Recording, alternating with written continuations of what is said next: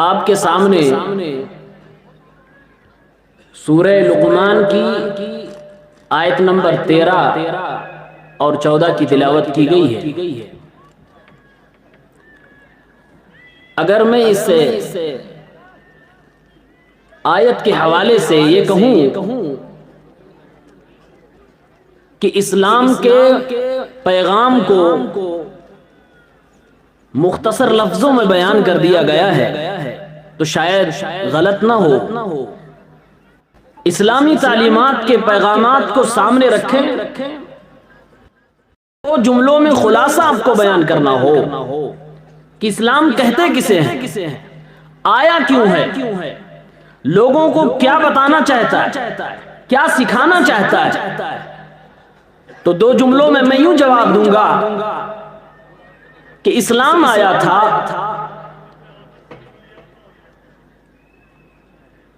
کہ اللہ رب العالمین کے حقوق کی ادائیگی کی جا سکے اور زمین پر بندوں کے حقوق کی ادائیگی کی جا سکے۔ اسلامی تعلیمات کا تقریباً یہی خلاصہ ہے، اور ان دونوں آیتوں میں اللہ تعالیٰ نے اسی بات کا تذکرہ فرمایا ہے۔ اللہ نے فرمایا کہ لقمان علیہ السلام نے، لقمان حکیم نے اپنے صاحبزادے کو نصیحت کی، وصیت کی اور کہا یا بنی لا تشرک باللہ، اے میرے بیٹے اللہ کے ساتھ شرک نہ کرو، ان الشرک لظلم عظیم، شرک سب سے بڑا ظلم ہے۔ یہ اللہ کے حقوق کی بات ہو گئی، اور اس کی اگلی ہی آیت میں بندوں کے حقوق میں سب سے اعلیٰ حق جس کا ہے، والدین کے حقوق، اس کا تذکرہ اللہ نے فرمایا۔ وَوَصَّيْنَا الْإِنسَانَ بِوَالِدَيْهِ، ہم نے انسانوں کو وصیت کر دیا، ہم نے انسانوں کو مضبوطی کے ساتھ یہ حکم دے دیا ہے کہ اپنے ماں باپ کے ساتھ حسن سلوک کریں، ماں باپ کی قربانیوں کی قدر کریں، ماں باپ کے حقوق کی ادائیگی کریں۔ حملتہ امہ وہنا علی وہن، اس لیے کہ ماں باپ میں سے جو ماں ہے اس نے اپنے بچوں کو دکھ پہ دکھ سہ کر اپنے پیٹ میں رکھا ہے، پھر جنم دیا ہے، پھر اپنے اس بچے کی پرورش کے لیے اپنے خون کو پلایا، دودھ پلایا ہے۔ وَفِصَالُهُ فِي عَامَيْنِ، اور اس کا دودھ چھڑانا 2 سال میں۔ یہ دونوں حقوق بیان کرنے کے بعد اللہ رب العالمین نے ہمیں اور آپ کو حکم دیا، ان اشکر لی ولوالدیک، اے میرے بندو میرا شکریہ ادا کرو اور اپنے ماں باپ کا بھی شکریہ ادا کرو۔ الی المصیر، تم سب کا واپس آنا میرے پاس طے ہے۔ مفسرین لکھتے ہیں کہ اللہ کا شکر اس لیے ادا کرو کہ اس نے تمہیں انسان بنایا اور انسانوں میں نعمت ایمان سے تمہیں سرفراز فرمایا، ایمان جیسی دولت تمہیں عطا فرمائی ہے۔ اور ماں باپ کا شکریہ اس لیے ادا کرو کیونکہ ماں باپ نے ہماری اچھی تربیت کی ہے، اسلام کے مطابق تربیت کی ہے، اور تم سب کو پلٹ کے میرے پاس آنا ہے۔ مطلب یہ ہوا کہ اے میرے بندوں، آج جو اللہ تمہیں حکم دے رہا ہے کہ اللہ کا شکر ادا کرو اور اپنے ماں باپ کے ساتھ حسن سلوک کرو، اسی اللہ کے پاس تمہیں واپس پلٹ کے جانا ہے، اور وہ اللہ تمہیں پوچھے گا، تم سے سوال کرے گا، اے میرے بندے بتا، میں نے اپنے کلام کے ذریعے سے تم سے یہ مطالبہ کیا تھا، ہم نے فلاں فلاں کے حقوق کی ادائیگی کی بات کی تھی، کیا تم نے اسے پورا کیا؟ اس لیے اے میرے بھائیوں، جو لوگ بھی دنیا میں جنم لیے ہیں ماں باپ کے ذریعے سے ہی آئے ہیں، ان لوگوں کو یاد رکھنا چاہیے کہ اللہ تعالیٰ نے ہمیں اور آپ کو حکم دیا کہ اے لوگوں ماں باپ کے ساتھ حسن سلوک کرو، پلٹ کے اللہ کے پاس جانا ہے، اللہ رب العالمین کو جواب دینا ہے۔ سفیان ابن عوینہ رحمہ اللہ فرماتے ہیں، امام قرطبی نے نقل فرمایا ہے، من صلی الصلوات الخمس فقد شکر اللہ، جس نے 5 وقت کی نمازوں کی پابندی کر لی اس نے اللہ رب العالمین کا شکریہ ادا کر دیا۔ وَمَن دَعَا لِوَالِدَيْهِ فِي أَدْبَارِ الصَّلَوَاتِ فَقَدْ شَكَرَهُمَا، جس نے اپنے ماں باپ کے لیے انہی نمازوں کے بعد دعائیں کر دی، اس نے اپنے ماں باپ کا شکریہ ادا کر دیا۔ اللہ نے فرمایا شکر ادا کرو۔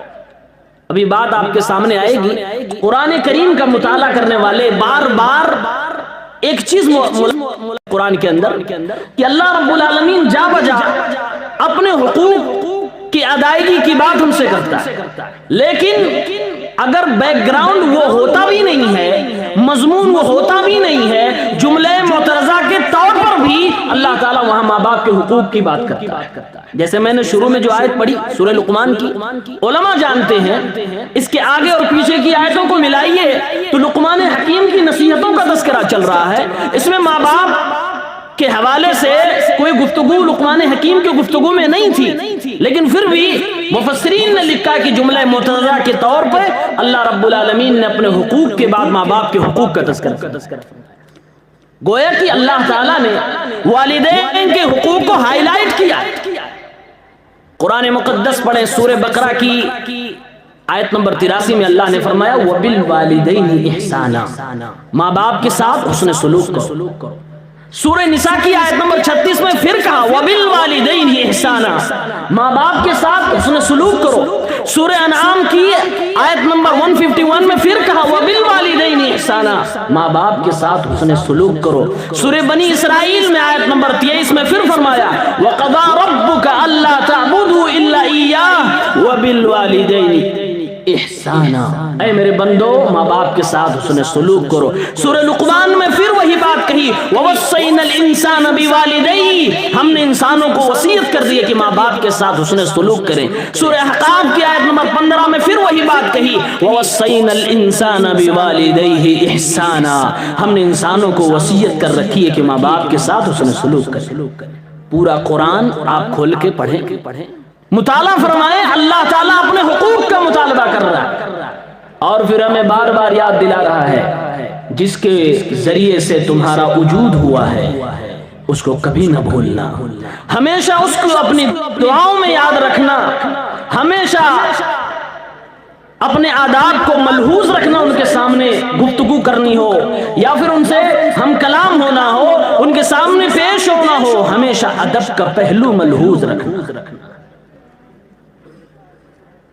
اللہ نے ارشاد فرمایا وَوَصَّيْنَا الْإِنسَانَ بِوَالِدَيْهِ إِحْسَانًا، ہم نے انسان سے وعدہ لے لیا، ہم نے انسان کو وصیت کر رکھی ہے کہ ماں باپ کے ساتھ حسن سلوک کرو۔ کیوں ماں باپ کے ساتھ حسن سلوک کریں؟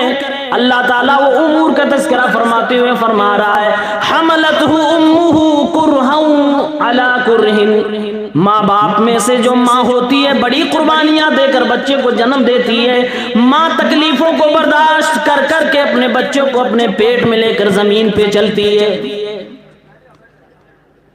ایک ماں جب وہ پریگننٹ ہوتی ہے، جب اس کو حمل ٹھہرتا ہے، وہ ایک حقیر سا پانی ہوتا ہے، وہ پانی دن بدن بڑھتا جاتا ہے، علقے سے مضغہ بن جاتا ہے، اللہ تعالیٰ کی طرف سے اس میں روح پھونک دی جاتی ہے، مکمل انسان بن جاتا ہے، پھر بھی ماں اس کو اپنے پیٹ میں لے کر چلتی ہے، ایک دو دن نہیں بلکہ پورے 9 مہینے اپنے بچے کو اپنے پیٹ میں لے کر چلتی ہے۔ اللہ نے فرمایا تکلیفوں کو برداشت کر کر کے وہ ماں اپنے بچوں کو بوجھ اپنے پیٹ میں لے کر چل رہی ہوتی ہے، برداشت کر رہی ہوتی ہے، چلنا ہو پھر بھی اپنے ساتھ میں لیے ہے، سونا ہے پھر بھی اپنے ساتھ میں لیے ہے، کہیں آنا جانا دوستوں سے احباب سے رشتہ داروں سے ملنا ہو پھر بھی اپنے ساتھ میں لیے ہے، شوہر کے حقوق کی ادائیگی کرنی ہو پھر بھی اپنے ساتھ میں لیے ہے، ہر حال میں اپنے بچے کو ماں اپنے ساتھ میں رکھتی ہے۔ اللہ رب العالمین نے اسی کا تذکرہ فرمایا وَحَمْلُهُ وَفِصَالُهُ 30 شَهْرًا، اے اللہ کے بندو ذرا ماں کی اس تکلیف کو یاد کرو، ماں نے اپنے پیٹ میں لیا، ماں نے اپنے بچے کو اپنے جنم دیا، تکلیف جنم دینے کے وقت بھی برداشت کرتی ہے، پیدا کر دینے کے بعد، جنم دینے کے بعد یوں ہی اسے لاوارث نہیں چھوڑ دیتی ہے، بلکہ ماں اپنی جان سے زیادہ اپنے اس چھوٹے سے بچے کی حفاظت فرماتی ہے، دودھ پلاتی ہے، اپنے خون کو اپنے بچے کو دودھ کی شکل میں پلاتی ہے، اپنے سینے سے لگاتی ہے، اس کی دیکھ ریکھ کرتی ہے، رضاعت کا پہلو، رضاعت کے حقوق کی ادائیگی کرتی ہے۔ وہ بچہ کافی دنوں تک اپنی ماں کے حوالے ہی رہتا ہے، ماں کے سپرد ہی رہتا ہے، ماں اس کا مکمل خیال کرتی ہے۔ اللہ نے فرمایا وَحَمْلُهُ وَفِصَالُهُ 30 شَهْرًا، یہ ایک دو دن کا پروسیس نہیں ہے، یہ پورے 30 مہینے کا پروسیس ہے جو ماں ادا کرتی ہے۔ آج اگر 5 بچے ہیں، 5 اولادیں ہیں،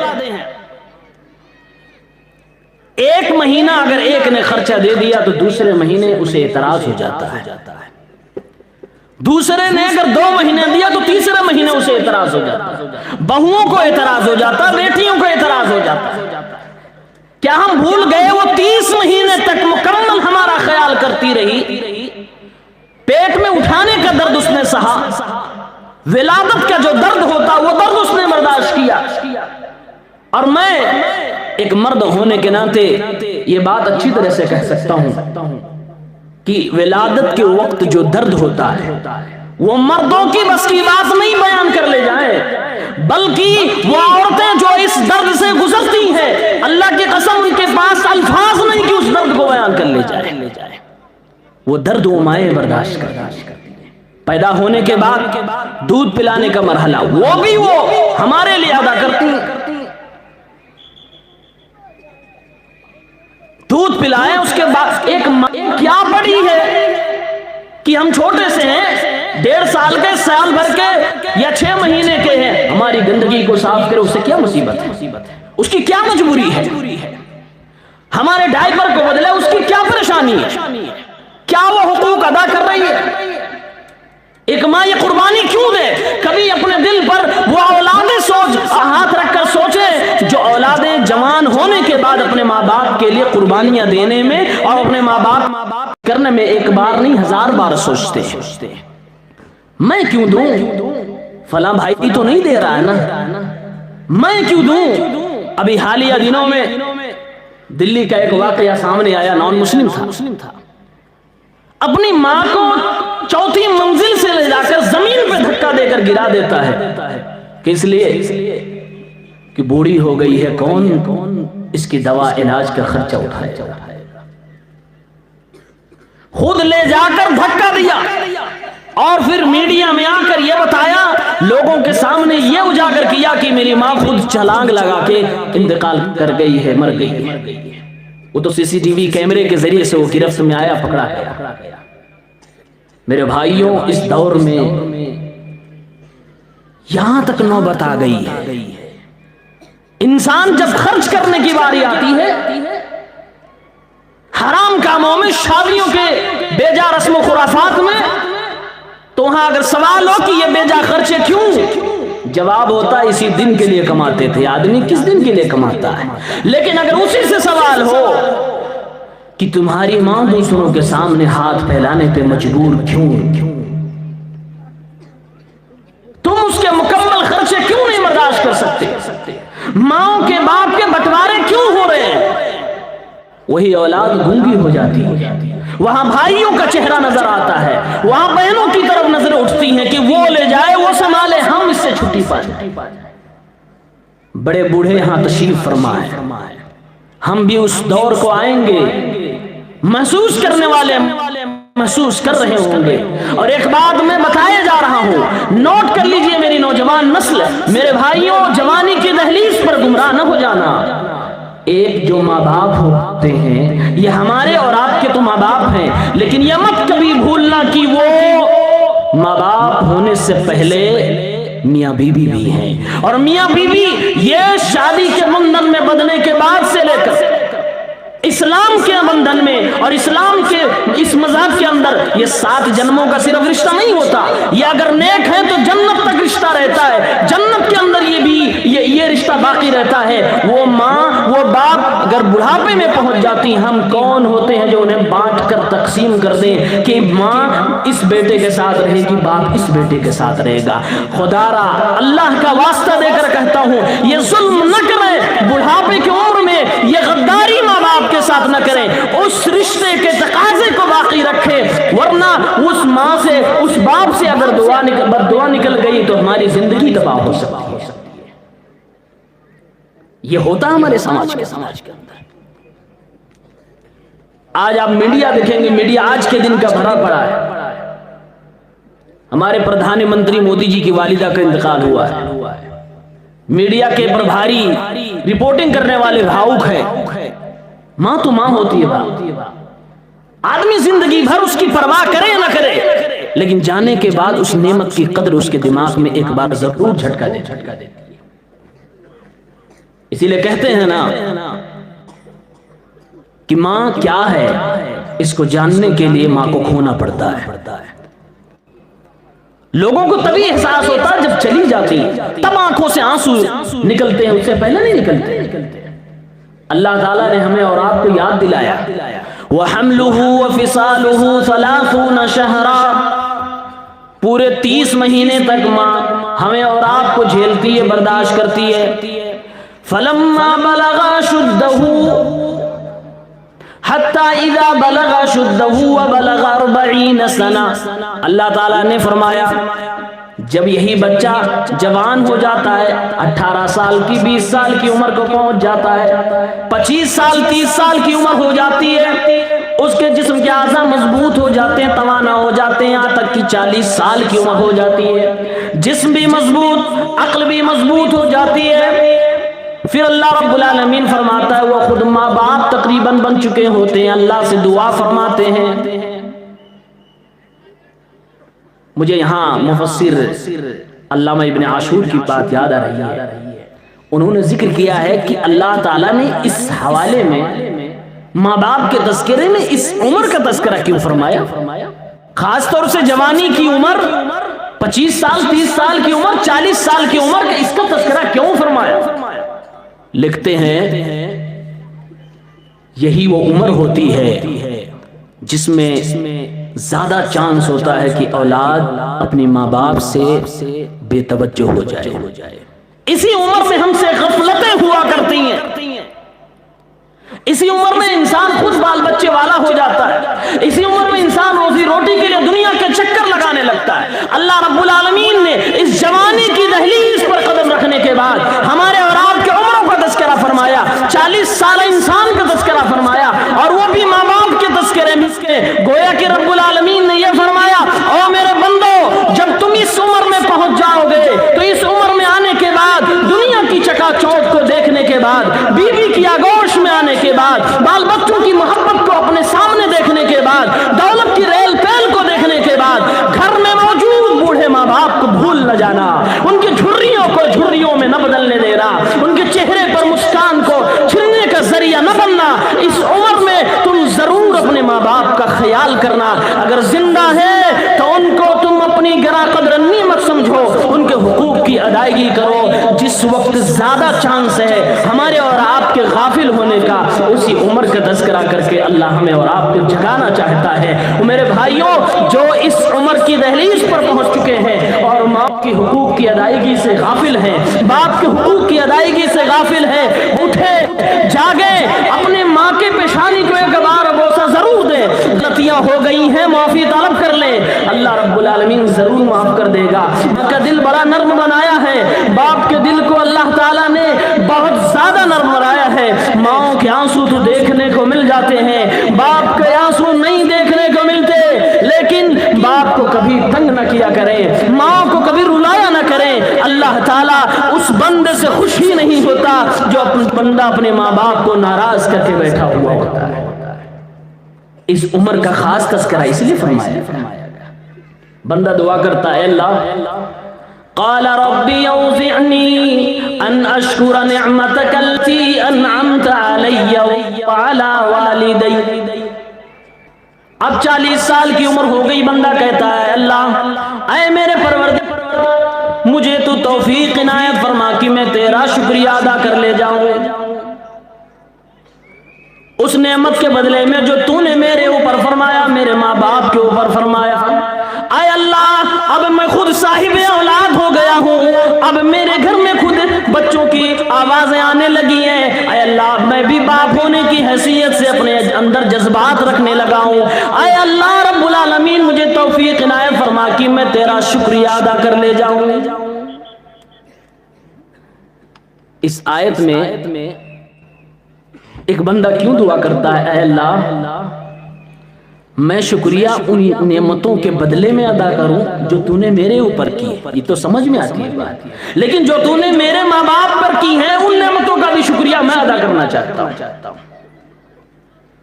عبد الرحمن ناصر سعدی رحمہ اللہ لکھتے ہیں کہ پتہ یہ چلا کہ باپ کے اوپر، ماں کے اوپر اللہ کی طرف سے جو نعمتیں ہوتی ہیں ان نعمتوں کا سب سے بڑا اور سب سے پہلا فائدہ بیٹے کو ہوتا ہے، بیٹیوں کو ہوتا ہے، اولاد کو ہوتا ہے۔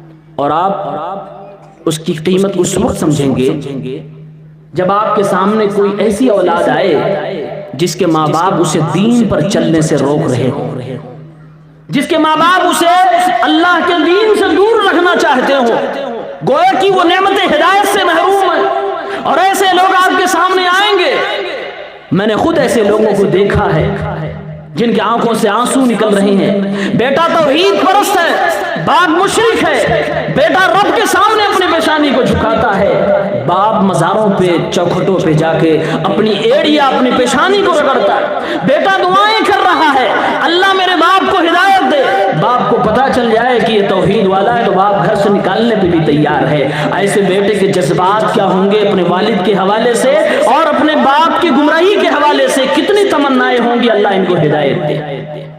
اور یقین مانیے اگر ماں باپ مالدار ہے تو ہم تو جانتے ہیں کہ اولاد کو اس کا سیدھا سیدھا فائدہ ہوتا ہے۔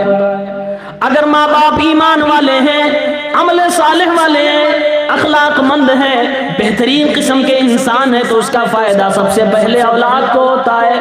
مائیں نمازی ہیں تو بچے بھی نمازی بن جائیں گے، باپ نمازی ہے تو بچے بھی نمازی بن جائیں گے، باپ توحید والا تو بچے بھی توحید والے بن جائیں گے۔ اس لیے میرے نبی صلی اللہ علیہ وسلم نے فرمایا کل مولود یولد علی الفطرہ فابواہ یحودانہ او ینصرانہ او یمجسانہ، ہر بچہ دین فطرت پہ پیدا ہوتا ہے، وہ مٹی کا ایک گھروندا ہوتا ہے، ماں باپ اسے جس دین پر ڈھالنا چاہتے ہیں ڈھال دیتے ہیں، جس طرح کی تربیت کرنا چاہتے ہیں اس کو کر کے اسی طرح کا انسان بنا دیتے ہیں۔ وہ لوگوں اللہ کا شکریہ ادا کرو کہ اللہ تعالیٰ نے ہمیں وہ ماں باپ نصیب فرمائے جن کے سینوں میں ایمان بھرا ہوا ہے، جن کی آنکھوں میں اسلام کی تعلیمات موجود ہے، جو ہمیں پڑھاتے ہیں، ہمیں لکھاتے ہیں، ہماری اسلامی تربیت کرتے ہیں، ہمیں ایسے مدرسوں کے حوالے، ہمیں ایسے اسکولز کے حوالے کرتے ہیں جہاں ہماری تربیت ہو سکے، ہمیں تعلیم مل سکے۔ اللہ کی قسم ہے ماں باپ کے ہدایت پر ہونے کی وجہ سے اولاد کو بڑا فائدہ ہوتا ہے۔ اس لیے اللہ فرماتا ہے کہ بندہ دعا کرتا ہے اے اللہ مجھے توفیق دے، اے اللہ مجھے تو اس بات کی طرف توجہ دلا دے، اے اللہ میرے اوپر الہام فرما دے کہ میں تیرا شکریہ ادا کروں ان نعمتوں کے بدلے میں جو تو نے میرے اوپر کیا، میرے ماں باپ پہ کیا۔ وَأَنْ أَعْمَلَ صَالِحًا تَرْضَاهُ، اور اے اللہ مجھے توفیق دے کہ میں ایسی نیکی کروں جس سے تو راضی ہو جائے۔ وَأَصْلِحْ لِي فِي ذُرِّيَّتِي، اور اے میرے پروردگار میری آل اولاد کو، میری نسل کو، میری ذریت کو تو درست فرما دے، ان کی اصلاح فرما دے، میرے لیے انہیں اچھا بنا دے۔ یہ بات بھی ہم اچھی طرح سے جانتے ہیں کہ اگر بیٹا نیک ہے تو ماں باپ کو ثواب ملتا رہتا ہے، کیونکہ ماں باپ نے اپنے بچوں کی اگر صحیح تربیت کی ہوگی تو انسان دنیا سے گزر جائے، وہ ماں باپ دنیا سے چلے جائیں پھر بھی ان کو ثواب ملتا رہتا ہے۔ ہمارے نبی صلی اللہ علیہ وسلم نے خود اپنی زبان سے کہا ہے کہ انسان کے نام اعمال انتقال کے بعد بند کر دیے جاتے ہیں، جن تین ذرائع سے کھلا رہتا ہے اس میں سے ایک اولد صالح یدعو له، نیک اولاد اس اپنے ماں باپ کے لیے جو دعائیں کرتی ہے، جو نیک اعمال کرتی ہے، اس کا فائدہ باپ کو بھی ماں کو بھی ملتا رہتا ہے۔ اللہ تعالیٰ نے ہمیں بارہا یاد دلایا. افسوس تو یہ ہے آج کی اولاد پتہ نہیں کیا ہو گیا، کس دنیا میں یہ مست ہے. اور شاید میں جوان ہونے کی حیثیت سے آج کی نوجوان نسل کو اچھی طرح سے سمجھ رہا ہوں. میں بھی نوجوانوں کے درمیان رہا ہوں، رہتا ہوں. یہ دیکھنے میں آتا ہے کہ ماں باپ کے حوالے سے اب وہ جذبات نہیں رہ گئے جو ہونے چاہیے. جو ہم اپنے بڑوں میں اپنے ماں باپ کے حوالے سے جذبات دیکھتے ہیں وہ آج کی نسل میں نہیں ہے. دو میٹھے بول نہیں ہم سے بولے جا رہے. دنیا بھر کو تھینک یو اور آئی لو یو ہم بولنے کو تیار، ماں باپ کو نہیں بولتے. ماں باپ کا تذکرہ آ جائے تو ہماری محفلیں خاموش ہو جاتی ہیں. اور میں اگر سچ بتاؤں، ایک ایسے بھی انسان کو دیکھنے کو ملا جو اپنے بوڑھے باپ کو اپنی خاص مجلس میں اس لیے نہیں لے گیا کیونکہ باپ بوڑھا دکھ رہا تھا، باپ ہینڈسم نہیں لگ رہا تھا، باپ خوبصورت نہیں لگ رہا تھا. وہ پڑھ لکھ کے ایک اعلیٰ آفیسر بن چکا، ایک بڑے عہدے پر منصب پہ فائز ہے، لیکن اپنی اس خاص مجلس میں اپنے باپ کو صرف اس لیے نہیں لے جا رہا ہے کہ ہمارے دوستوں کے سامنے ہماری ریپوٹیشن ختم ہو جائے گی. اف ہے ایسی اولاد پر کہ جس نے قرضے لے کر تمہیں پڑھائے، تمہیں ڈگریوں کے قابل بنایا، تمہیں اس منصب تک پہنچایا. آج تمہاری مجلسیں خراب ہو رہی اس باپ کی جھرریوں کو دیکھ کر. وہ ہینڈسم نہیں اس لیے. آج کی نسل یہ کر رہی ہے، آج کی اولاد یہ کر رہی ہے. ہم بچپن کے ان قربانیوں کو بھول گئے. ٹھنڈی کا دن ہو، مائیں ہمارے گیلے بستر پر سوتی ہیں اور پھر اپنے بچے کو اپنے گود میں یا سوکھے بستر پہ سلاتی ہیں. باپ کی بچپن کی وہ ہمارے ساتھ کیے گئے رویے کو بھول گئے. جیب اجازت دیتی ہو یا نہ دیتی ہو، ہماری جائز تمناؤں کو باپ ضرور پورا کرتا ہے. اسی لیے کہنے والوں نے کہا ہے کہ باپ وہ کریڈٹ کارڈ ہے کہ آپ کی آرزو، آپ کی خواہش، آپ کے کھلونے، آپ کے سامان آپ کے سامنے ہوں گے، آپ کے لیے حاضر ہوں گے، جیب میں ہو یا نہ ہو.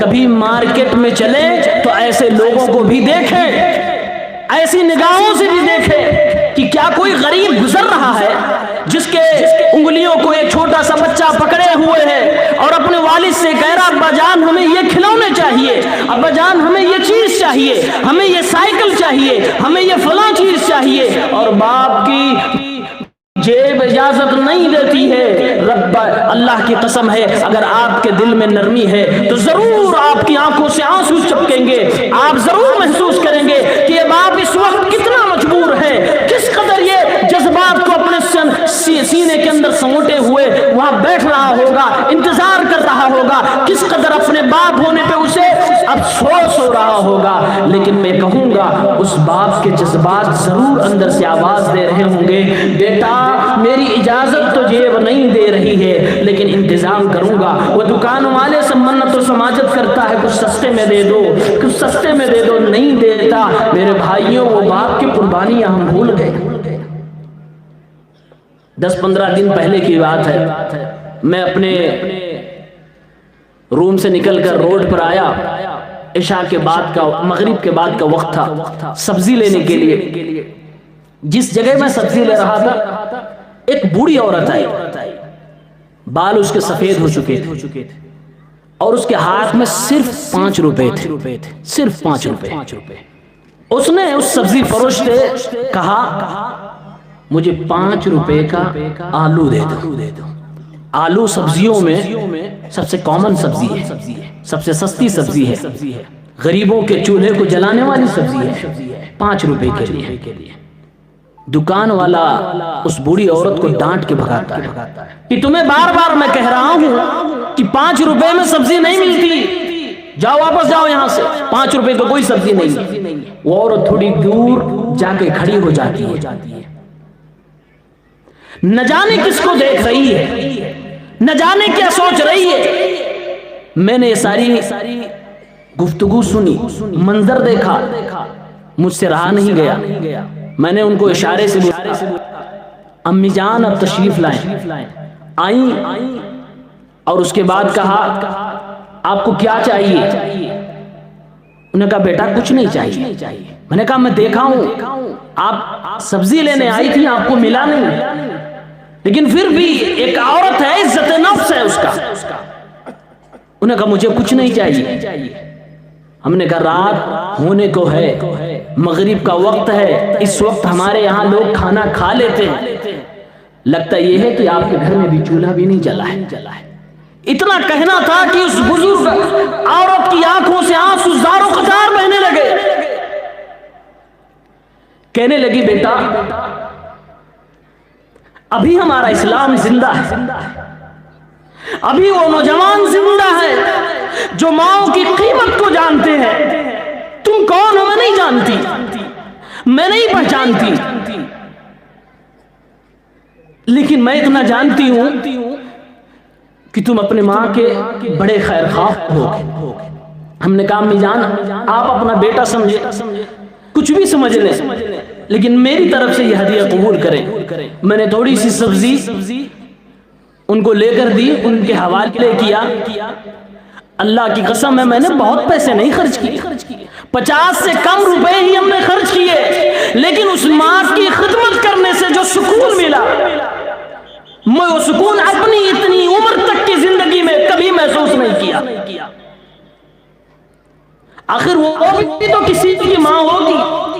اس ماں نے مجھے یہ بتایا بیٹا میرے گھر میں کوئی نہیں ہے، میرا شوہر بھی نہیں ہے، میرے بیٹے جنم ہی نہیں لیے، میں اولاد سے محروم رہی، میرے گھر میں ایک عورت ہے، ایک میری چھوٹی سی بچی ہے، میں اس کے لیے کھانے کا انتظام کر رہی ہوں۔ دن بھر میں لوگوں سے مانگتی ہوں، آج مجھے کچھ نہیں ملا۔ بھائیوں اگر اپنی ماؤں کی خدمت آپ کر لے جا رہے ہیں اللہ کی توفیق سے، اس طرح کی ماؤں کا بھی خیال کریں۔ آپ دیکھیں گے ہر کوئی ڈھونگی نہیں ہوتا، ہر مانگنے والا پروفیشنل نہیں ہوتا، کچھ ایسے لوگ بھی ہوتے ہیں جو حقیقت میں اس حالت میں ہوتے ہیں۔ اور اگر مسلم سماج میں ایسی ہستیاں موجود ہو، ایسے لوگ پائے جائیں بے سہارا، جن کے گھر میں بس 5 روپے کے آلو بھی انتظام نہ ہو پائے، کیا فائدہ ایسے نظام زکوٰۃ کا؟ کیا فائدہ اس قوم کے لیے ان تعلیمات کا جو صدقات پر ابھارتی ہیں، جو ماں باپ کی خدمت کرنے پر ابھارتی ہیں، جو یہ کہتی ہیں کہ انہیں اف تک نہ کہنا، جو نبی کریم صلی اللہ علیہ وسلم ماؤں کے تذکرے پر آنکھ سے آنسو بہا رہے ہو، جو اپنی ماں کی قبر پر گئے تو اتنا روئے کہ فبکا وعد کا من حولہ کا ماحول بن گیا، جو اللہ سے اجازت مانگے اے اللہ اجازت دے دیجئے میں اپنی ماں کے لیے مغفرت کی دعا کروں۔ رب کعبہ نے ارشاد فرمایا او میرے پیغمبر مغفرت کی دعا کی اجازت تو نہیں ہے، ہاں قبر کی زیارت کر سکتے ہو۔ آپ اندازہ کرو میرے پیغمبر کے دل پر کتنا بڑا پہاڑ گزرا ہوگا، کتنا تکلیف گزری آئی ہوگی، آپ صلی اللہ علیہ وسلم کو محسوس ہوئی ہوگی کہ جو اپنی بچپن کی عمر میں ماں کو کھو چکے ہیں اجازت مانگ رہے ہیں، لیکن اللہ کا قانون، اللہ رب العالمین نے جو قانون بنایا ہے ان اللہ لا یغفر ان یشرک به ویغفر ما دون ذلك لمن یشاء ما كان للنبی والذین آمنوا ان یستغفروا للمشرکین۔ اس قانون کے تحت اللہ نے فرمایا اے پیغمبر آپ کو اجازت نہیں ہے کہ آپ اپنے ماں کی بخشش کی دعا کریں، مغفرت کی دعا کریں۔ جس مذہب میں ماں کو اتنا مقام دیا گیا، اتنا رتبہ دیا گیا، اگر اس دھرم کی، اس مذہب کی، اس سوسائٹی کی مائیں بے سہارا ہو جائے، افسوس ہے ہماری جوانی پر ہے، لعنت ہے ہماری اپنے سماج پر۔ ہمیں اور آپ کو اپنے گریبان میں جھانکنے کی ضرورت ہے۔ ایسی دولت کی کوئی اہمیت نہیں جو کسی غریب کے گھر میں چراغ نہ جلا سکے، کسی غریب کے گھر میں 2 وقت کے کھانے کا انتظام نہ کر سکے، اپنی ماں کے مسکان کو نہ لا سکے، اپنے باپ کی جھریوں کو وہ مسکراہٹ میں نہ تبدیل کر سکے۔ ہمیں ایسی دولت نہیں چاہیے جو آلائشوں میں، جو ہماری بدماشیوں میں تو خرچ ہو رہے ہو، لیکن ماں باپ کے لیے گرم بستر انتظام کرنے میں نہ لگ رہے ہو، ماں باپ کے لیے بہترین کپڑے کا انتظام کرنے میں نہ لگ رہے ہو۔ میرے بھائیوں جذبات کو اپنے صحیح سلامت حفاظت کے ساتھ رکھو،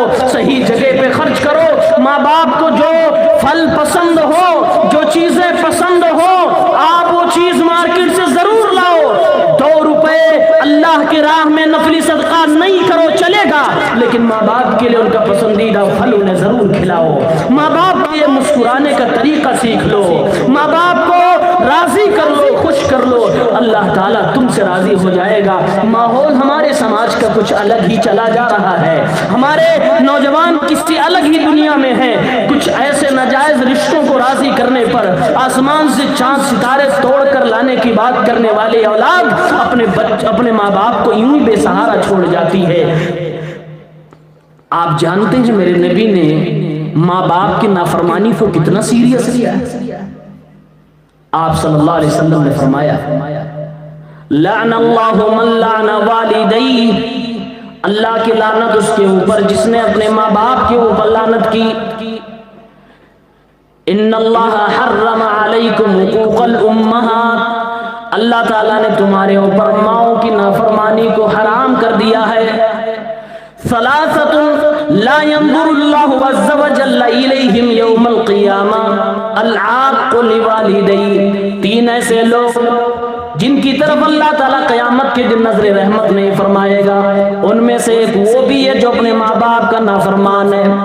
ثلاثۃ لا يدخلون الجنہ العاق لوالدیہ، 3 ایسے لوگ جو جنت میں نہیں جائیں گے، ان میں سے ایک ہے جو ماں باپ کا نافرمان ہے. ثلاثۃ حرم اللہ علیہم الجنہ، 3 ایسے لوگ جن کے اوپر اللہ نے جنت کو حرام کر دیا ہے، ان میں سے ایک ہے العاق، اپنے ماں باپ کا نافرمان. ثلاثۃ لا يقبل اللہ منہم صرفا ولا عدلا، 3 ایسے لوگ جن کی اللہ تعالیٰ عبادتوں کو قبول نہیں فرمائی، ان میں سے ایک وہ ہے العاق لوالدیہ، اپنے ماں باپ کا نافرمان. بلکہ ہمارے نبی صلی اللہ علیہ وسلم نے ارشاد فرمایا، صحیح مسلم اٹھائیں، اللہ کے نبی صلی اللہ علیہ وسلم فرماتے ہیں رغم انفو رغم انفو رغم انفو، اس کی ناک خاک آلود ہو. آپ نے یہ جملہ ارشاد فرمایا، صحابے نے پوچھا ہے اللہ کے نبی کس کے نام فرما رہے ہیں کہ اس کی ناک خاک آلود ہو؟ آپ صلی اللہ علیہ وسلم نے فرمایا من ادرک والدی، جس نے اپنے ماں باپ کو پا لیا، اس وقت تک زندہ ہے کہ مائیں موجود ہیں، باپ موجود، میں سے کوئی ایک موجود ہے اور ان کی خدمت کر کے وہ اپنے آپ کو جنت کا مستحق نہیں بنا لیتا ہے، تو سمجھ لیجئے کہ اس کی ناک خاک آلود ہے، وہ بد نصیب ہے، بد قسمت ہے. اسلام نے والدین کو یہ مقام و مرتبہ عطا فرمایا، یہ رتبہ عطا فرمایا. او لوگوں، اگر میں ایک اور حدیث پڑھوں، اللہ کی قسم ہے آپ کا دل نرم ہو جائے. شاید صحیح مسلم کتاب العتق اٹھائے، 1510 نمبر روایت ہے. اللہ کے نبی صلی اللہ علیہ وسلم نے ایک مثال دی ہے، اگر دنیا کا کوئی انسان اپنے باپ کا حق ادا کرنا چاہتا ہے تو وہ کیا کر سکتا ہے، کتنا بڑا کام کرے، تو ایک مثال بن سکتی ہے کہ ہاں اس نے اپنے باپ کا کچھ حق ادا کر دیا. آپ صلی اللہ علیہ وسلم نے ارشاد فرمایا کہ کوئی بھی بچہ، کوئی بھی بیٹا، کوئی بھی اولاد اپنے باپ کا حق نہیں ادا کر سکتی الا ان یجدہ مملوکا فیشتریہ فیعتقہ، الا کہ وہ انسان اپنے باپ کو غلام کی حالت میں پائے، باپ خود کئی غلامی کی زندگی گزار رہا ہو، کسی مالک کے کوڑے سہ رہا ہو، کسی مالک کے یہاں غلامی کر رہا ہو، نوکری کر رہا ہو، پریشان حال ہو، اور خود اس کی دنیا میں کوئی خاص حیثیت نہ ہو. اللہ کے نبی فرماتے ہیں ایک بیٹا اگر اپنے باپ کے حقوق کی ادائیگی کرنا چاہتا ہے تو وہ اپنے اس باپ کو جو غلام ہے خرید کر آزاد کر دے. یہ بات شاید اس دور میں نہ سمجھ میں آئے، وہ غلامی کے دور میں آپ جائیں، بات آپ کو سمجھ میں آ سکتی ہے. غلاموں کی قیمت منمانی ہے. آپ کا باپ اگر غلام ہے، آپ اپنے باپ کو چھڑانا چاہتے ہیں، آزاد کرنا چاہتے ہیں، ریٹ فکس نہیں ہے، اگلا نہیں آزاد کرنا چاہتا آپ ریٹ لگاؤ، بڑی سے بڑی قیمت مانگ سکتا ہے. آپ اپنے باپ کو چھڑانا چاہتے ہیں، کچھ پرسنٹ حق ادا کرنا چاہتے میرے نبی فرماتے ہیں فَيَشْتَرِيهُ فَيُعْتِقَهُ، اسے خریدے، اسے آزاد کرے۔ اندازہ کرے کتنی بڑی قیمت آپ کو ادا کرنی ہو سکتی ہے۔ اگر وہ اگلا شرط لگا دے کہ تمہیں خود میرے یہاں چند سال غلامی کرنی ہوگی تب تمہارے باپ کو میں چھوڑوں گا، آپ اپنے آپ کو غلام بنا کر اپنے باپ کو آزاد کرے، پھر بھی ایک مثال ہو سکتا بن جائے کہ آپ نے اپنے باپ کا حق ادا کر دیا، ورنہ باپ ماں کا حق دنیا میں نہیں ادا ہو سکتا۔ دعائیں ان کے لیے کیجیے۔ اللہ کے نبی نے ارشاد فرمایا، ترمذی کی روایت ہے، رضا الرب فی رضا الوالد وسخط الرب فی سخط الوالد،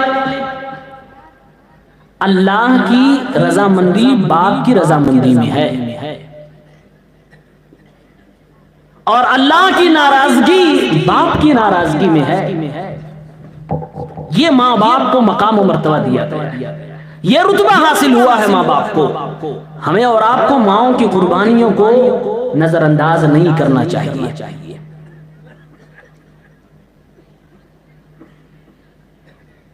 اولاد ہیں، ایک دن ہم بھی باپ بنیں گے، اور شاید باپ ہونے کے بعد انسان کو احساس ہوتا ہے کہ ایسے میرے ماں باپ نے ہمارے ساتھ کیا ہوگا۔ آج میں جب سفر میں آ رہا تھا، کل کی بات ہے، میری اہلیہ نے فون کر کے بتایا کہ کمرے کا جو بورڈ ہے وہ شارٹ ہو گیا، الیکٹرک شارٹ ہو گئی۔ انہوں نے کہا کہ بال بچی ہوں اور میں بھی کچھ معاملہ ہو سکتا تھا، بچے خطرے میں، میں دور سفر میں ہوں، لیکن یقین مانیے کہ میری جگہ پہ کوئی بھی باپ ہو درد سے کلیجہ پھٹ جائے گا، خصوصاً ایسی جگہ پہ جہاں اس باپ کو یہ احساس ہو کہ میرے بچوں کے لیے میرے علاوہ کوئی اور نہیں ہے میرے گھر کا۔ مجھے احساس ہوا کہ یہ درد ہمارے والدین نے بھی اٹھایا ہوگا، یہ پریشانیاں، یہ جذبات ان کے دل میں بھی ہوں گے اور یقیناً رہے ہوں گے۔ انسان جب خود باپ بنتا ہے تب اسے احساس ہوتا ہے کہ باپ کیا ہوتا ہے، اس لیے باپ کی اہمیت کو سمجھیں۔ ایک میں روایت پیش کرتا ہوں، ابو داؤد کتاب الاجارہ کی حدیث ہے 3530، صحیح حسن روایت ہے شیخ البانی کے مطابق۔ کہتے ہیں ایک شخص، ایک جوان آتا اپنے باپ کے پاس اور کہتا ہے، اے اللہ کے نبی صلی اللہ علیہ وسلم، ان لی مالا وولدا، اے اللہ کے نبی میرے پاس مال بھی ہے، میرے پاس اولاد بھی ہے، ووالدی یحتاج مالی، اور میرا باپ میرے مال کا محتاج ہے، میرے مال کا مطالبہ کر رہا ہے۔ اللہ کے نبی صلی اللہ علیہ وسلم نے ارشاد فرمایا سارے معاملات کو دیکھنے کے بعد، انت ومالک لوالدک، تو اور تیرا مال تیرے والد کے لیے ہے، تیرے باپ کے لیے ہے۔ اور پھر آپ نے ارشاد فرمایا کہ اے دنیا کے لوگوں سنو، ہر اولاد، ہر بچہ، ہر بیٹا اپنے باپ کی بہترین کمائیوں میں سے ایک کمائی ہے، تو اے باپ حضرات تم اپنے بچوں کی کمائی میں سے اپنی ضرورت کے بقدر کھا لیا کرو، اسے لے لیا کرو، یہ تمہاری سب سے بہترین، سب سے پاکیزہ کمائی ہے۔ وہ لوگوں، میرے بھائیوں، گویا کہ اللہ کے نبی نے یہ پیغام دیا، اے دنیا کی اولاد، اگر اللہ نے تمہیں نوازا ہے، آج تمہارے پاس کھانے پینے کے لیے چیزیں موجود ہیں، آج تمہیں اللہ تعالیٰ روزیاں نواز رہا ہے، تو اپنے ماں باپ کو اپنے روزیوں میں سے حصہ ضرور ادا کر دیا کرو، لگا دیا کرو، ان کے لیے پیش کر دیا کرو، چاہے وہ کھانے کی چیز ہو، پینے کی چیز ہو، لباس ہو، کوئی بھی چیز ہو، ان کی ہر ضرورت پوری کرنے کی کوشش کرو۔ آپ نے جو اسلوب اختیار فرمایا، انت ومالک لوالدک، تو اور تیرا مال سب تیرے والد کے لیے ہے۔ یعنی کہ اگر اولاد کو اپنی ضرورت سے زائد چیزیں ہیں، اور عام طور سے آج کی جنریشن میں اولاد اتنا کماتی ہے تو اپنے باپ کے لیے خرچ کرے۔ ماں باپ کے ساتھ نافرمانی کرنے پر ہم اللہ کے عذاب کا بھی شکار ہو سکتے ہیں، اگر ماؤں نے بد دعائیں دے دی۔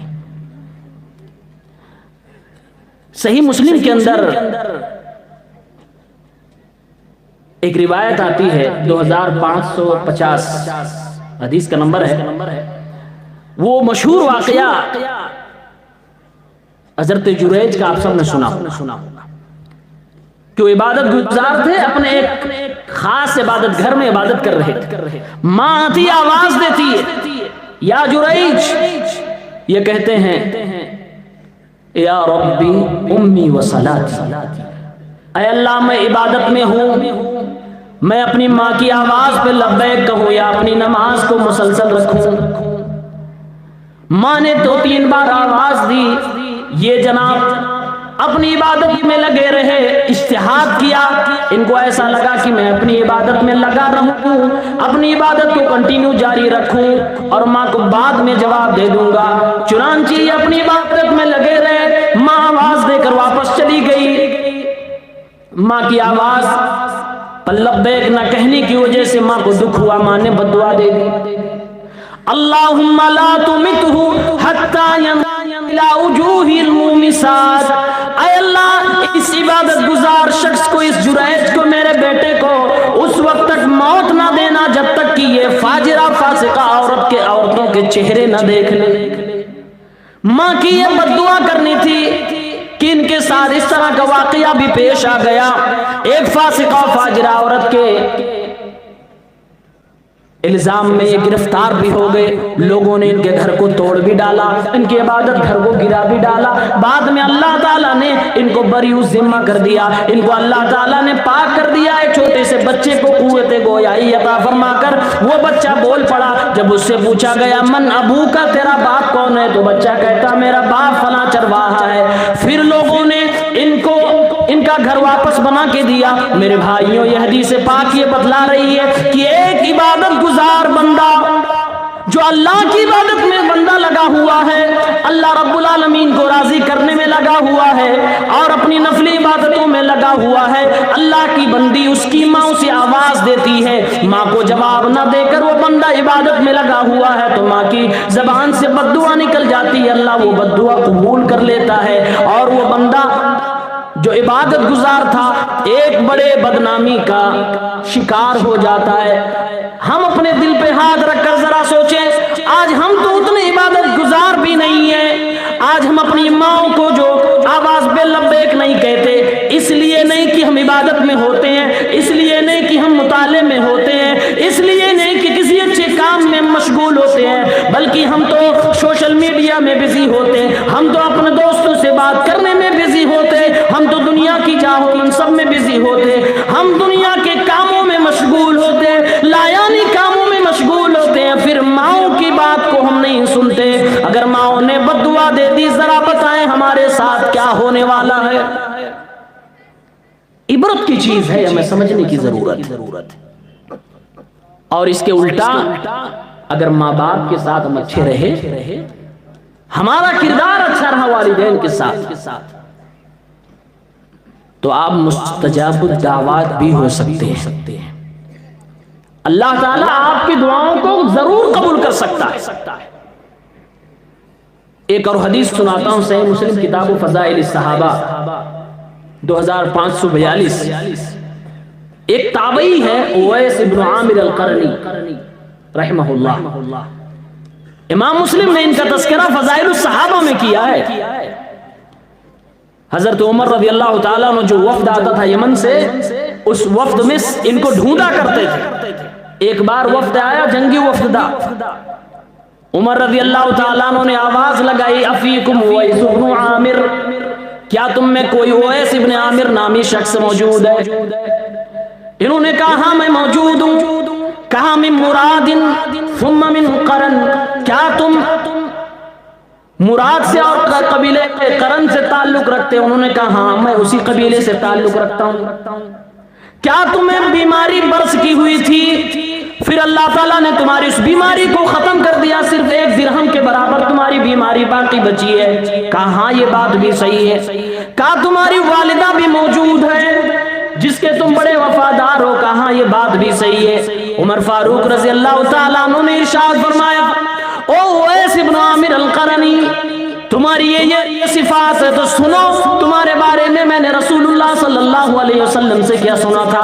اللہ کے نبی نے فرمایا تھا کہ اے عمر ابن خطاب، یمن کے جنگی فوجوں میں جب ایک وفد آئے گا اس میں اویس ابن عامر نامی ایک بندہ ہوگا، ایک اللہ رب العالمین کا برگزیدہ بندہ ہوگا، نیک بندہ ہوگا، وہ قبیلے قرن سے تعلق رکھے گا، اس کو برس کی بیماری ہوئی ہوگی لیکن وہ بیماری پھر اللہ رب العالمین کے فضل سے ٹھیک ہو جائے گی، صرف بطور نشانی ایک درہم کے برابر اس کے بدن میں باقی رہے گی۔ وَلَهُ وَالِدَةٌ هُوَ بِهَا بَرٌّ، آپ نے ارشاد فرمایا کہ اے عمر ابن خطاب، یہ بندہ جو اویس ابن عامر تمہارے پاس آئے گا، یہ اپنے گھر میں اپنے ماں کو چھوڑ کے آئے گا، یہ اپنی ماں کا بڑا خدمت گزار، بڑا وفادار ہوگا، یہ جب آئے گا تو اپنی ماں کو گھر میں چھوڑ کر واپس آیا ہوا ہوگا، یہ اپنی ماں کا بڑا وفادار ہوا ہوگا۔ لَهُ وَالِدَةٌ هُوَ بِهَا بَرٌّ لَوْ أَقْسَمَ عَلَى اللَّهِ لَا بَرَّهُ، اگر اللہ تعالیٰ کا کہ اگر اللہ رب العالمین کے لیے وہ قسمیں اٹھا لے تو اللہ تعالیٰ اس کی قسم کو ضرور پورا کر دے گا۔ اللہ کے نبی نے ارشاد فرمایا اے عمر ابن خطاب، اس طرح کا بندہ جب تمہاری مجلس میں آ جائے، تمہارے پاس آ جائے، تم اسے ڈھونڈ لینا۔ فَإِنِ اسْتَطَعْتَ أَن يَسْتَغْفِرَ لَكَ فَافْعَلْ، اگر تم اس بندے کو پا لینا، اس میرے امتی کو پا لینا تو ضرور اس سے مغفرت کی دعا کروا لینا۔ یہ کون بندہ ہے؟ یہ اویس ابن عامر کوئی صحابی نہیں ہے، تابعی ہے۔ اور عمر ابن خطاب کون ہے یہ تو بتانے کی ضرورت نہیں، اہل توحید کی مجلس ہے، اہل سنہ کی مجلس ہے۔ عمر ابن خطاب جو دوسرے خلیفہ راشد ہے، وہ مجلسوں میں ڈھونڈ رہے ہیں ایک ایسے شخص کو جس کے بارے میں میرے نبی نے فرمایا تھا کہ وہ اپنی ماں کا وفادار ہے۔ لہو والدہ ہوا بہا بر۔ عمر رضی اللہ تعالیٰ نے حدیث سنائی اور ارشاد فرمایا میرے لیے مغفرت کی دعا فرما دیجیے، میرے لیے مغفرت کی دعا فرما دیجیے۔ آپ نے مغفرت کی دعا کر دی، واپس جانے لگے۔ عمر ابن خطاب نے کہا کہاں جا رہے ہیں، کس جگہ کا ارادہ ہے؟ کہا کوفہ کا ارادہ ہے۔ کہا وہاں کے والی، وہاں کے سی ایم، وہاں کے گورنر کو میں خاص لیٹر لکھ دے رہا ہوں، آپ کے لیے خصوصی انتظام ہوگا۔ اس طرح کے لوگ جو ماؤں کے وفادار ہوتے ہیں اکثر و بیشتر تواضع انکساری والے ہوتے ہیں، اکثر و بیشتر ڈاؤن ٹو ارتھ ہوتے ہیں، ان کے اندر ایٹیٹیوڈ گھمنڈ نام کی چیز نہیں ہوتی۔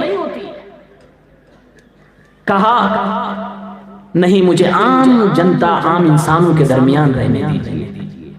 چلے گئے، پھر اپنے گھر واپس گئے۔ اگلا سال حج کا آیا، حج کرنے کے بعد واپس چلے گئے۔ ایک بندہ جو حج کرنے آیا تھا، حج کرنے کے بعد جب یمن میں واپس جاتا ہے، اویس ابن عامر القرنی سے اس کی ملاقات ہوتی ہے۔ یہ حدیث عمر ابن خطاب سے وہ سن چکا تھا۔ کہنے لگا اے اویس ابن عامر القرنی، میرے لیے مغفرت کی دعا فرما دیجئے۔ آپ نے فرمایا آپ ابھی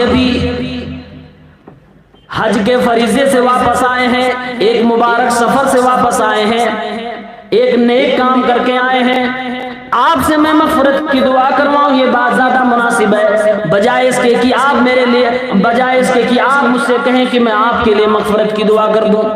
وہ حاجی صاحب بار بار کہنے لگے اویس ابن عامر آپ میرے لیے مغفرت کی دعا کر دیجئے۔ التجا کرنے کے بعد، بار بار اصرار کرنے کے بعد وہ جناب اویس نے کہا کہ کیا عمر ابن خطاب سے آپ کی ملاقات ہو گئی تھی؟ انہوں نے کہا عمر فاروق سے میری ملاقات ہو گئی تھی اور انہوں نے مجھے یہ حدیث سنائی، لہذا آپ میرے لیے مغفرت کی دعا کر دیجئے۔ او میرے بھائیوں، میرے دوستوں، اویس ابن عامر القرنی رحمہ اللہ کی زندگی ماں کے ہمیں اور آپ کو یہ بتلا رہی ہے کہ اگر اپنے ماں باپ کا خیال آپ کریں گے، اگر ہم اپنے ماں باپ کے وفادار رہیں گے تو اللہ رب العالمین ہماری دعاؤں میں بھی تاثیر عطا فرمائے گا۔ اللہ تعالی ہمیں اور آپ کو بھی وہ توفیق دے گا کہ ہم دعائیں کریں تو اللہ ہماری دعاؤں کو قبول فرما لے۔ اور ایک مومن کے لیے اس سے بڑی خوش قسمتی کچھ ہو نہیں سکتی کہ وہ اللہ سے دعا کرے تو اللہ تعالیٰ اس کی دعا دعا کو ضرور قبول فرما لے. یہ ماں کی دعاؤں کی برکت، یہ ماں کی خدمت کی برکت ہے. لہذا ماں باپ کی قیمت کو سمجھے.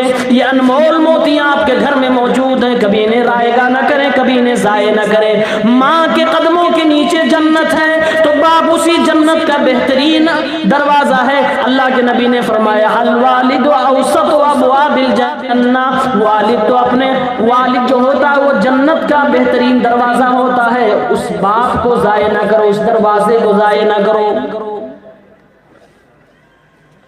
ایک پہلو یہ بھی ہے کہ کہیں نہ کہیں افراط و تفریط ہو جاتا ماں باپ کے حوالے سے. ماں کا حق بڑا ہے، اس میں کوئی شک نہیں. 3 درجہ ہمارے نبی نے دیا ہے. لیکن بہت ساری جگہوں پہ ایسا بھی دیکھا گیا اچھے خاصے لوگ، جذبات اچھے ہیں ماں باپ کے تئیں، ماں کو توجہ دی جا رہی ہے، باپ کو ایسے ہی چھوڑ دیا. یہ بھی غلط ہے. آپ ذرا سوچیں، ماں کے قدموں کے نیچے جنت ہے، اس جنت کا بہترین دروازہ باپ ہے. بغیر دروازے کے آپ جنت میں جا نہیں سکتے. یعنی کہ اللہ کے نبی نے مربوط کر دیا ہے کہ دونوں کو راضی کرو. اور باپ کی رضامندی میں تو اللہ کی رضامندی ہے. اللہ ناراض ہوگا تو آپ کو جنت ملے گی ہی نہیں. لہذا آپ کو اگر جنت پانی ہے تو باپ کو بھی راضی کرنا ہوگا، باپ کی بھی خدمت کرنی ہوگی، اور ماں کی تو کرنی ہی کرنی. آخری بات کہہ کر میں اپنی بات ختم کرتا ہوں. یہ ماں باپ ہیں جن کا تذکرہ ہم نے آپ کے سامنے کیا، اور کوشش کی کہ آپ کے جذبات کو ماں باپ کے تئیں جو ہے اسے میں جگا سکوں. اپنے ماں باپ سے اگر کسی کے روابط غلط ہیں، کچھ انبن ہو گئی ہے، تو کل صبح کا سورج نکلنے سے پہلے وہ انبن ختم ہو جائے، مسکراہٹ کے ساتھ ملاقات ہو جائے. میری یہی کوشش ہے. لیکن اسلام کی ایک خوبی یہ ہے کہ اسلام کبھی بھی کسی کو اس کے درجے سے زیادہ بلند نہیں کرتا. غلو کا طلبگار اسلام نہیں ہے.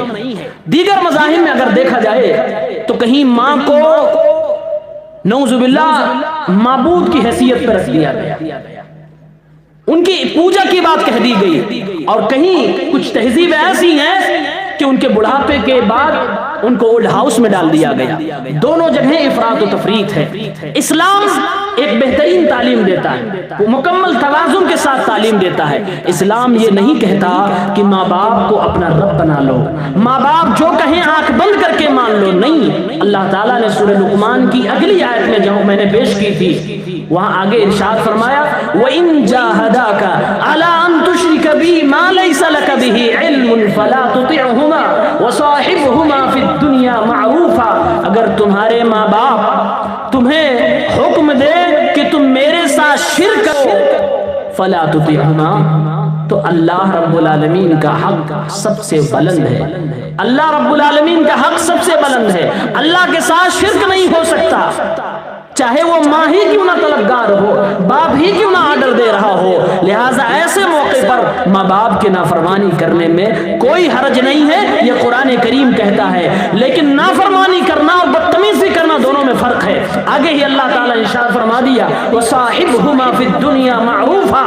تمہارے مزاج نہیں ملتے، تمہارے دھرم کے حساب سے اور دین کے حساب سے تمہاری سوچ نہیں ملتی، یہ الگ بات ہو سکتی ہے، لیکن پھر بھی تمہیں اپنے ماں باپ کے عزت کا خیال کرنا ہے، ادب کو ملحوظ رکھنا ہے. وَصَاحِبْهُمَا فِي الدُّنْيَا مَعْرُوفًا، دنیا میں ان کا معروف طریقے سے رہنا ہے. یہ اسلام کی خوبی ہے جو اسلام نے اس اہم ایموشنل موڑ پر بھی اور اتنے حساس موضوع پر بھی شرک اور توحید کی بات کو کھلے انداز میں بیان کر دیا ہے. ہمیں اور آپ کو اس بات کا بھی دھیان رکھنا ہوگا، ورنہ ایک جگہ پر میں نے جب ماں باپ کے حوالے سے گفتگو کی تو بعد میں پتہ چلا ریاکشن یہ ہوا کہ باپ مشرک تھا، تو وہ اپنے بیٹے کو کہہ رہا ہے کہ آپ کے عالم صاحب نے کہا باپ کی فرمانبرداری ضروری ہے، لہٰذا میں کہتا ہوں کہ تم اہل حدیث نہیں ہو سکتے، میں اس سے راضی نہیں ہوں، تو تم واپس پلٹ آؤ اسی جگہ پہ جس پہ تمہارا باپ ہے. تو اس جگہ پر آپ کو فرمانبرداری نہیں کرنی ہے، کیونکہ آپ حق پہ ہو.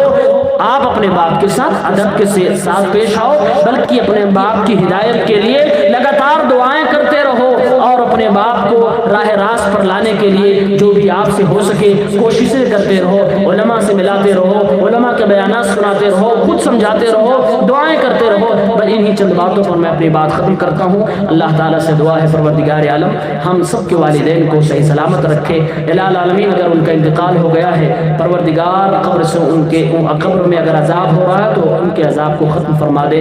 الہ العالمین ان کی قبر کو تو جنت کے باغات میں سے ایک باغ بنا دے۔ پروردگار عالم ان سب پر رحم فرما۔ رب ارحمہما کما ربیانی صغیرا۔ اللہ ہم سب کو عمل کی توفیق دے۔ وآخر دعوانا ان الحمد للہ رب العالمین۔ والسلام علیکم ورحمۃ اللہ وبرکاتہ۔